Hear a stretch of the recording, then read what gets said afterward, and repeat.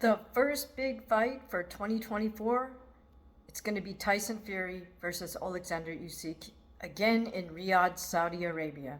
The Saudi Arabians have the money to put up for these mega fights.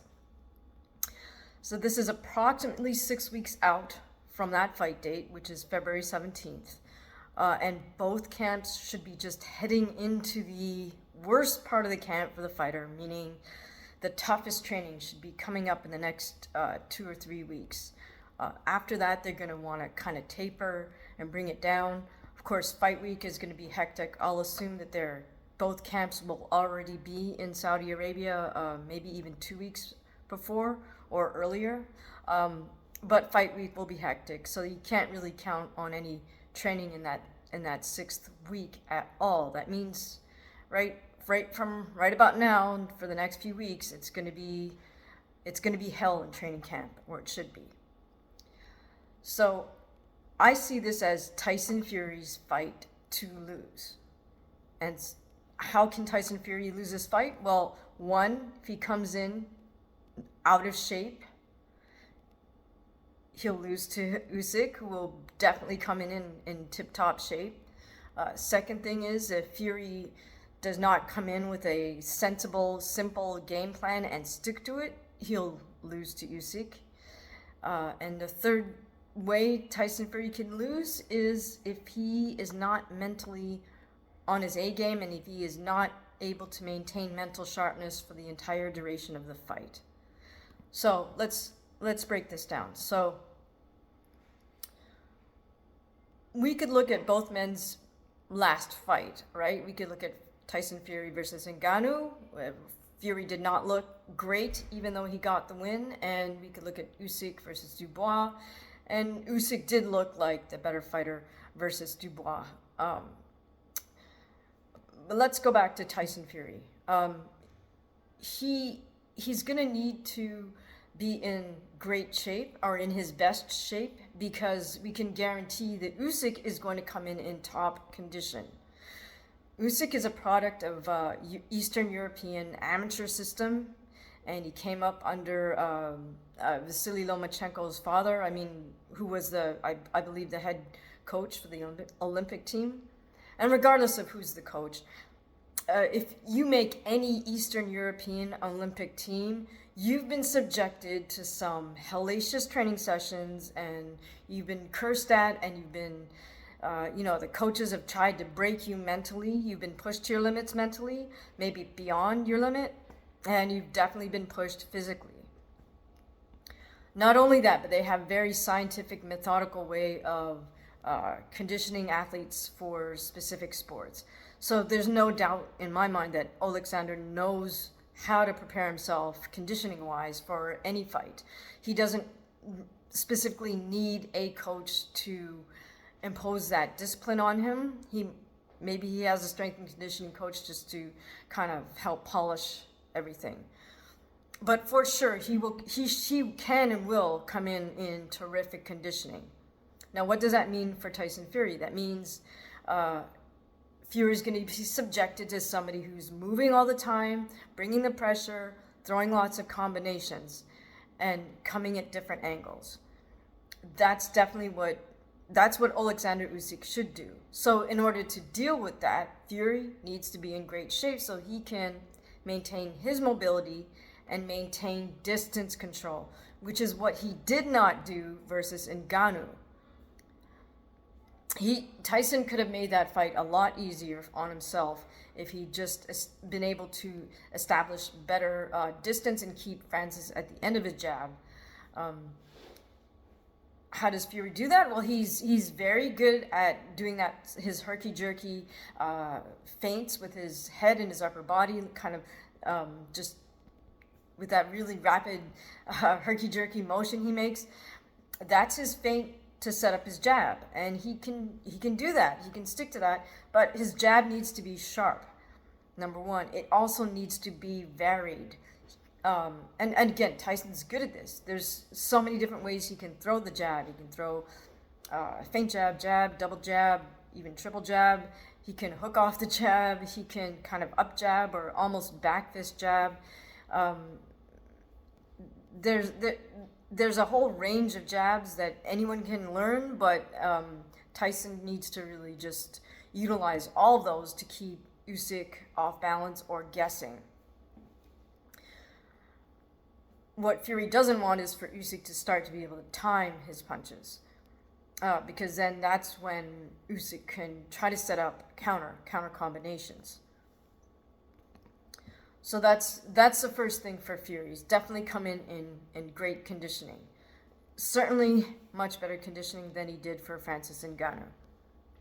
Second thing, and this is something that may be a concern because his father, John Fury, alluded to this in an interview where John Fury said, hey, I don't have much to do with Tyson's camp anymore.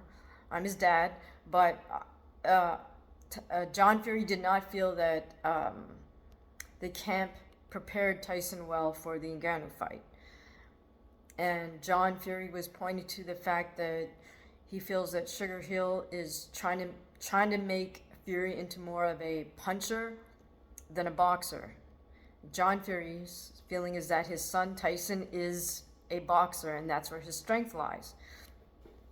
And I tend to agree with him on that. Well, he knows his son better than anybody, right? But if you look at Tyson's footwork, for a big man, he has really good footwork. He's on the balls of his feet most of the time. He takes small steps. He's not flat-footed at all. So if he makes use of both his feet and his ability to be that set up those herky-jerky jabs, because he has the height and the reach and he has disproportionately long legs and disproportionately long arms, he can make quote-unquote easy work of I shouldn't say any fighter, but he can take advantages of his physique and his abilities and make it an easier night on himself. Third thing that Tyson needs to do, and this is something that can be accomplished in training camp, provided everybody is on the same page with this, which is Tyson needs to be mentally super sharp, because again, if I was for Alexander Usyk, the name of the game is constant pressure, constant variety of punches and combinations, and maybe constant changing of tempo even.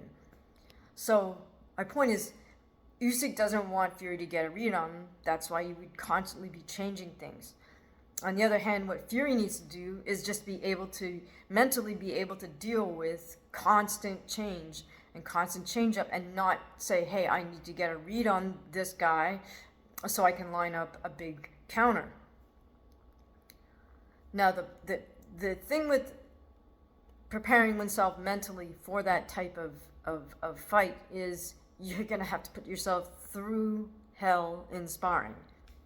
Specifically, what I would say Fury should do is have maybe 4 or even 5 sparring partners all lined up, and then just rotate them in, maybe no more than 2 rounds per person, so you're constantly faced with someone who's fresh and someone who's bringing you a quote-unquote different look each time. Because in sparring sessions, once you go, say, past 3 rounds with the same sparring partner, you're able to get a read on that sparring partner, and then you sort of up your game. And that's another aspect of sparring where you have to understand that, okay, they got a read on me, I got a read on them, now we got to take this up to the next level, and so on and so on. And that also happens when fighters rematch multiple times, right? They have to keep upping their game each time. But my point being, what Tyson wants to do is not get used to getting a read on someone. He wants to always be confronted with someone who's fresh and someone who's got a maybe slightly different look than the last guy that was in there for the last 3 minutes.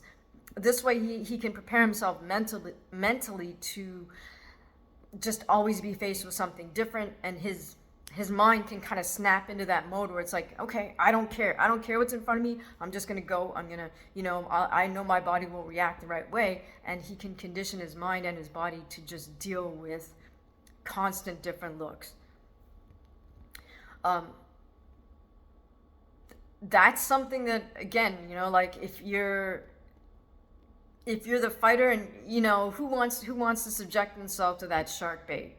That's what we call that drill. um I mean, it sucks because if you're the bait and everybody else is the shark, and you're gonna feel like crap, and you're gonna feel like you can't keep going, and you get ticked off because you're always being faced with this person who's fresh and you're not fresh. You're like freaking, like, you're like, damn it, I put in 8 rounds. Who's this SOB who's coming in fresh? Like, damn it, they're taking advantage of me. But that's what you want. You want them to try to take advantage of you, because you got to push yourself past that block, and you got to just work through the horrible feeling of being gassed and feeling like you can't go on, but you've got to go on. So the question is Tyson willing to subject himself to that? And is his camp willing to say, hey, you know, this is really what we need to do for this fight? It's going to suck, but we got to do it. And with this fight being about 6 weeks out, this is the time when that should be happening, just about now. Okay, so now let's take a look from Usyk's point of view. Since he's the man who's moved up from cruiser to heavyweight, he is the naturally smaller guy, but what he has advantage-wise is he's incredibly athletic. He's got a naturally athletic physique, and one example of just to show you is that I've seen footage of him doing Olympic-style weightlifting, which is super impressive because those Olympic lifts, the power clean and jerk and press, and then a snatch, power snatch, those are very, very, very difficult lifts to execute. You've got to have great flexibility. You've got to be explosive, and they're scary. So you got to be mentally tough. They're scary lifts to perform because if you screw up, you could really injure yourself. And it takes a lot of discipline to develop the technique to be able to perform a snatch and go down, like into a full squat and then press up. But there is footage of Alexander performing those types of weight training sessions, and I have to say, of all the boxers I've seen lifting weights, he's the one that's impressed me. Everybody else, sorry, but most of their weight training programs are just absolute garbage and not to be emulated. So my point is Alexander is an incredible athlete. Regardless if he went into boxing or another sport, I'm sure he could do other sports. That said, so his game plan should be to bring that into the ring with him and use constant movement, constant angles, which again, Lomachenko camp is masterful at using those tight angles to force your opponent to turn. So from the southpaw stance, if 12 o'clock is straightforward, Usyk can cut to the outside, right, of always being over at like 1:30, 2 o'clock. If he cuts over at that angle, that forces Tyson Fury to turn and face him, and that's when you get caught. On the other hand, if he's really deft, and he's very athletic, so he could also cut to like 10:30, 11 o'clock on his left side and duck under. If Tyson Fury comes with a big right hand, he can maybe duck under and force a turn on that side. So Alexander should bring his athleticism to the game. He should bring constant volume and constant change up, because he's got to force himself inside Fury, or he's got to force a counter to Fury, and the only way to do that is to maintain a certain amount of volume and try to keep Tyson guessing, so Tyson then misses with one of his big punches, and Alexander can counter him. I think Alexander has more sophisticated footwork than Tyson Fury, but that's not to, the thing is with Tyson, because he's got such long legs, he doesn't need to take a lot of steps. He can just take for him, he can take a small step and it changes the whole distance and it changes the whole angle. So it's just two different styles of footwork. But finally, in terms of mindset, I kind of feel like Usyk has a slight advantage in this case, only because this is his big moment, right? He's moved up to heavyweight. He's been calling for this fight. This proves that he's the top heavyweight in the world if he can beat Tyson Fury. I feel like Tyson Fury has already been to the mountaintop a couple of times. Maybe the first time was beating Klitschko, and then the second time was even just coming back to fight Deontay to a draw. That got him to just almost the peak, and I'm sure in his mind he was at the peak. It's just he didn't get acknowledged by everybody because they gave it a draw. But Fury Wilder too, for sure. He was at the peak of the mountain again. So now, is this kind of a letdown for him? I don't know. I don't know where Tyson Fury is in terms of his internal motivation. But for sure, for Usyk, this has to be it. This has to be the moment for him in his career. And I think, I'm sure he knows that. I'm sure he'll bring that into the ring with him on February 17th. So let's just take a look at both athletes physically, just because it's an interesting contrast in physiques, right? Tyson Fury obviously has a height, but as I said, he has those disproportionately long legs and disproportionately long arms. So it means his distance is deceptive, right? Because when someone has oddly long arms, you don't realize that you're in range with them to get hit, and in fact you're like 2-3 inches too close to them, you're gonna get snapped at. I've had the privilege of sparring with a couple of people who had disproportionately long arms, and that was the thing that would kind of throw you off, because you have to adjust to that fact that you just put yourself in range when you thought you were still out of range. So there's definitely an adjustment right there. It's not likely that Usyk's going to find a sparring partner that has the same disproportionate physique as Tyson Fury, but we'll just assume that he's going to be able to make that adjustment in the ring because he's subjected himself to enough sparring to be able to know how to adjust distance-wise. The second thing is because Tyson Fury has such disproportionately long legs, relatively speaking, his torso's shorter. And that means his center of gravity is up much higher than it is for most people. For most folks, it's like right around your belly button. But for Tyson Fury, his center of gravity is actually probably a little bit higher. And that's odd, but it's also the sort of perfect odd physique for a boxer. Because if you had the center of gravity higher, then that means there's just more torque on the punch simply by rotating that torso. It's kind of the opposite of what you would want as a wrestler or a judoka. We want our center of gravity to lower, and those of us who practice a lot, we know how to actually lower our center of gravity, so we can't get picked up. But for a fighter, for a boxer, where it's all arms, yeah, you got your center of gravity up here in your chest, and you just rotate, then you got a lot of torque on your punches. So the thing is with Tyson, he doesn't actually have to work on being a power puncher because physics is on his side with those long arms, right? The length of that lever, if you will, the arm length is longer, so there's going to be more torque, and his center of gravity is higher, so there's going to be more torque. So we say he's not a power puncher, but again, physics just favors his physique to generate more torque at the end of his punch. It's not something he has to really work at.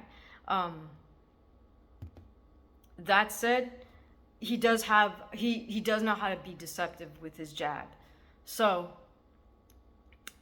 if I were in Tyson Fury's camp, I would be I'd be subjecting him to some shark bait sparring sessions with slightly shorter, very athletic, very agile type fighter, volume type fighters, and just force him to be uncomfortable and just work through the sessions. Probably work past 12 rounds. Just get more rounds in the bank per session. Maybe anywhere from 16 to 20, just to like rev up that engine capacity. I think if he shortchanges himself in the sparring, that could be the downfall in the fight. Because it's not just a physical conditioning, it's also that mental conditioning. Now for Usyk, he'll have to be relentless and smart, and just stick to whatever game plan his corner devises for him. I don't know that they're gonna try to. I don't think they should or would try to change anything that he already does. I would suspect that they're gonna hone in on a few, on maybe some setups and some counter punches that they think that they can lure Fury into, and hopefully get off a hard counter. So for Usyk, I would say the game would be to play off faking to the head and going to the body, or vice versa, faking to the body, go to the head, and then just faking his angle changes, so trying to get Tyson to think he's going one way, and then quickly deftly switch to cutting to the other angle. And if he can do all of that, he just might be able to catch Tyson with a big counter that potentially drops him, or at least does enough damage to slow Tyson down a bit. So in the end, though, I think the bigger man is favored. So if we get the best Tyson Fury stepping through the ropes in Riyadh, then I say he should be able to get a UD. He's clever enough to know how to win rounds, and provided he's clever enough to avoid or negate what Usyk brings to the table, then he should be able to eke out a UD12. That doesn't mean that Usyk can't win the fight. I think I always like to root for the smaller guy, but I think Usyk he's got his work cut out for him. He's just gonna have to be basically relentless in there, and I know he can be. So I do have confidence that, again, provided Fury comes in tip-top shape, I think we're in for a great fight February 17th. What do you guys think? What's your prediction for Fury versus Usyk? Let me know in the comments below. Happy New Year, everyone.